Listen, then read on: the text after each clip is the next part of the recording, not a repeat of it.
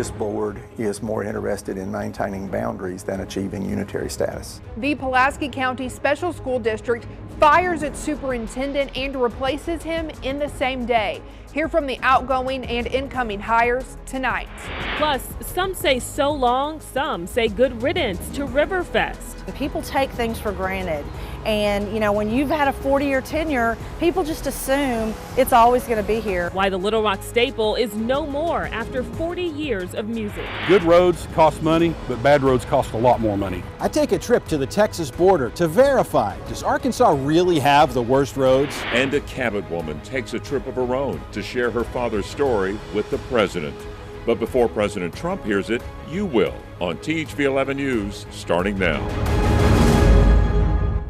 A 3-hour-long school board meeting ends with big changes to the Pulaski County Special School District. Good evening, I'm Denise Middleton. And I'm Craig O'Neill. THV11's Caitlin Garnhire tells us why the district suddenly has a new leader.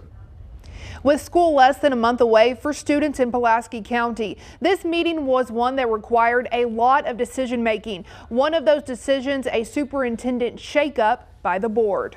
It's been the best 6 years of my career. The Pulaski County Special School District fired Superintendent Dr. Jerry Guest Tuesday afternoon after a special meeting was called to discuss cutting the district's partnership with the Robert P. Allen law firm. The board said they felt there had been deals done without their knowledge. Dr. Guest said he and the firm have made huge steps for the district together, and he refused to work with another law firm. I would simply say the board is displeased with recent events. They believe that the declaration, the motion filed in Judge Marshall's court would have resulted in the eventual loss of the district's boundaries. Guest says the board is more interested in maintaining boundaries than achieving unitary status. If a declaration of unitary had been accelerated, we would have avoided 2 years or more of litigation and saved money, but also been out from under court supervision. And if we were out from under court supervision, then the boundaries no longer were protected.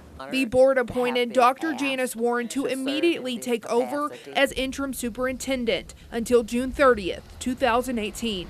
She has been in the education field for 38 years, serving as superintendent in Crossett for 10 years and working in Pulaski County for the last 5. She says she's ready to hit the ground running. My steps beginning in the morning to ensure that that first day of school on August 14th, when all of our students arrive, that they arrive with classroom teachers, they arrive with everything that they need that's going to encompass a successful school year for the 17-18 year. Dr. Warren also says since she is familiar with the district, she knows what their vision is and she will be able to see it through. She says the focus for this school year will be student learning and achievement. All right, Caitlin, thank you. Day 2 of the warmest week of the year. And so getting far, warmer. it looks that way, yeah. Yeah, it's 80, what, 80 degrees out right now? Right now it's 80, but earlier 94. So we are kind of turning things up just a notch. Take a look at some of the other high temperatures from around the state. Camden came in with 97 this afternoon, 93 Batesville and Stuttgart. 95 today in Mena, 96 in DeQueen. You go back 24 hours, we are a little warmer than we were. That 3 represents we are 3 degrees warmer with the current reading of 80 than we were this time last night. So obviously temperatures won't cool off as much. They'll warm up quicker again tomorrow. So again, another very warm day. 75 is what I'm going with for a morning temperature, and then 94 your afternoon high on Wednesday. Still no rain, but there is rain in the extended outlook, and we'll have that coming up. In one of the most read stories on THV11.com today, a Little Rock Music Festival calls it quits. Riverfest just celebrated its 40th year of bringing performers and fun to the River Market area, but organizers say the most recent festival will be the last. Hundreds of you sharing your thoughts on the big change on our THV11 Facebook page. Many saying high ticket prices, parking headaches, and unknown artists, all reasons they've skipped Riverfest in recent years. But some say it's a sad day for the capital city as it loses a piece of history. From the attendees to the volunteers, the thousands and thousands of volunteers over the years that have supported us, you know, it's a loss, and it's going to be something that I think in a couple years people are going to look back and go, well, I never thought that would go away. At its height, Riverfest hosted more than 250,000 people, bringing in more than $30 million. But organizers say with rising costs of performer fees and more festivals around the country to compete with, they decided to suspend Riverfest. New developments tonight in the mass shooting at a rap concert at Power Ultra Lounge. The rapper's bodyguard now faces charges after a shell casing from the scene was matched to his gun. Kentrell Gwynn appeared in federal court today on a preliminary charge of providing a firearm and providing armed security for rapper Ricky Hampton, also known as Finesse 2 Times, who is a convicted felon.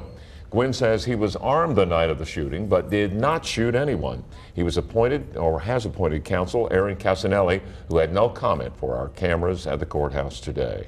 And rapper Ricky Hampton also appeared in federal court today, but on charges not related to the Power Ultra Lounge incident. He was arrested in Alabama just one day after the Little Rock shooting for allegedly firing a gun into a car at his show in Forest City the night before. He pled not guilty today on those charges and requested a jury trial. And new at 10 tonight, a frantic 911 call to Maumelle police from former pro boxer Jermaine Taylor. Officers were dispatched just before 3 o'clock this morning to a domestic disturbance in progress. There's a woman at my house. She won't leave. It's okay if I kill her if she saved my life. My son's in the house. He's scared. Somebody come get this. I worked my life. What's your name? Jermaine Taylor. I'm not chasing you. I'm getting away from my home, my family, my son's in the house. Okay, you said Jermaine Taylor? Yes, sir. The woman involved told police Taylor attacked her during an argument, tried to damage her cell phone, and bit her several times. She pepper sprayed Taylor in the face and ran away, reporting that Taylor chased her down the street. He was arrested and charged with third-degree battery and terroristic threatening and released on criminal citations. Well, it's the kind of thing that crosses your mind as you make your way through the mountains to Branson or maybe across to Memphis. Seriously, these highways must be the worst. Oh, but it is a serious question. When our taxes pay for the roads, do we really get our money's worth? Or is the concrete just a little better on the other side of the bridge? THV11's Rolly Hoyt sets out to verify, are Arkansas highways really the worst? We talked to Danny Straisley, spokesperson for the Highway Department, and Park Estes. He is the executive director of the Arkansas Asphalt Pavement Association. Let's start by laying down the hard question. How do you compare roads from place to place? Your top layers of whatever product is on the road is only as good as the subgrade, just like about anything in life. You're only as good as your base. Park Estes knows paving. He leads the Arkansas Asphalt Pavement Association. It's the trade group representing the men and women who build and repair the roads around here. Right now, unfortunately, we've got about 80% of our roads that in the state of Arkansas that are less than good condition. We've got about 33% that are in poor condition right now. That sounds bad, and it doesn't compare well with our neighbors. The Reason Foundation has been ranking states by how efficiently they spend the money they take in and by the condition of the roads. So are we the worst or what? I wouldn't say that Arkansas is the worst, but I think we all share a dilemma of how to maintain roads because of lack of funding. I'm here in Texarkana, famous for being a part of both Arkansas and Texas. Now, the roads on this side of the border are part of the largest state-funded highway system in the United States. And yet the Highway Survey ranks Texas 19th in getting a return on their roads investment. And all of the states around Arkansas rate better than we do, except for Louisiana. So if that gives you some mild road rage, the Highway Department wants to hear from you and wants you to weigh in on how it could be made better. So we have this survey on our website, ardot.gov is the website, and basically it asks each person to list a couple of priorities that they think exist. The survey goes on to ask, how would you like to pay for those priorities? 5 of the 6 options involve some kind of a tax hike, including a gas tax. The state says they need $400 million a year to catch up. Nobody likes new taxes, but taxes are what make your government work. We are just looking for a solution to repair the potholes. Some of our highways look like they've been shelled by artillery. But how much are we paying now? This map shows how much is added to the price of a gallon of gas in taxes. Arkansas is above the 40-cent mark. Everyone on our border, except Tennessee, has cheaper gas. And according to the survey, they have better roads. Stracely disputes that, but those states get money from other sources, and he says our funding plan is tapped out. We simply just can't afford to take care of what we've got, especially with the current funding model that we have. Highway officials may get some help from Washington. President Trump has talked about billions in infrastructure programs, and Tennessee is among a wave of states putting new taxes in place, meaning contractors like Estes might not be paving in gold, but may at least be paving roads we can be proud of. You know, good roads cost money, but bad roads cost a lot more money. So to answer the question, our roads are not the worst, but these experts agree they are pretty bad. If you agree, you can find a link to that survey on the digital version of this story at THV11.com. I've always said, Denise, that when you're coming from Memphis over the bridge, I can close my eyes and tell when we enter Arkansas, because you get the ba-bump, ba-bump. Oh yeah, you know, I've driven around on Texas roads for so long, so I'm used to it. You know, I'm used to all the rough roads, but it's frustrating, and it all boils down to money, just like they said. Exactly. You got to figure out how you're going to pay for it and make it less painful. Yep. All right, well, next year, War Memorial Stadium will celebrate its 70th anniversary, and changes are being made to keep it viable and help it grow, hoping to bring more than just sporting events to the stadium. New marketing techniques, both inside and outside, new signs, and a giant mural, all new, plus a big upgrade to the scoreboard. New enhancements of the video board and scoreboard are going to be just phenomenal. We're going from a 2004 technology of standard definition to a high-def video board. The stadium manager also says they haven't lost hope on the Razorbacks playing at War Memorial in the years to come.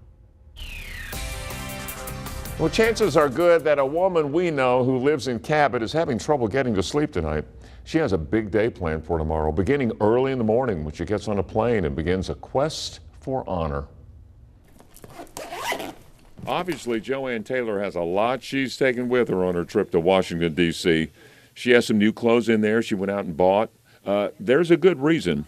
Well, we'll be meeting with the President of the United States on Friday. But President Trump will actually be her second big meeting of the day. Friday morning, we're going to the Pentagon, and we will be meeting with Secretary of Defense General Mattis and the Joint Chiefs of Staff, General Dunford. At both appointments, she already knows what she's going to say. She's simply going to tell them the story of her father, Joe George. Trying to get a commitment out of somebody that will say, yes, we are going to award your father. Yes, we're going to recognize him for his heroism, for what he did. What he did was, in the middle of the maelstrom that was that awful day at Pearl Harbor, throw 6 men aboard the flaming, sinking ship, the Arizona, a lifeline, allowing them to descend hand over hand to Joe George's ship, the Vestal.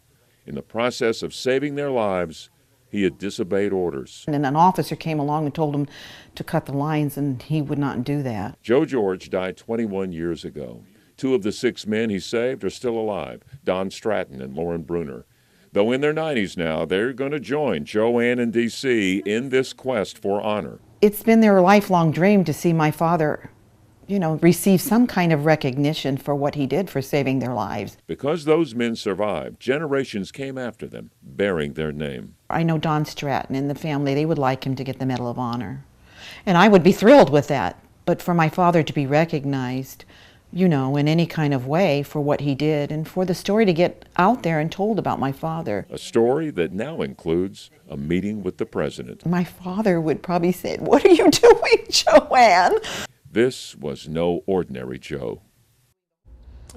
Joanne leaves tomorrow, and Thursday before her big meeting, she'll tour World War II memorials, and her tour guide, Senator Tom Cotton. All right, and I hear Delta is flying her for free, and she's been given accommodations. And now, if she can just get the commendation, the trip will be worth it. Oh, yeah. We'll keep it here. We'll be right back.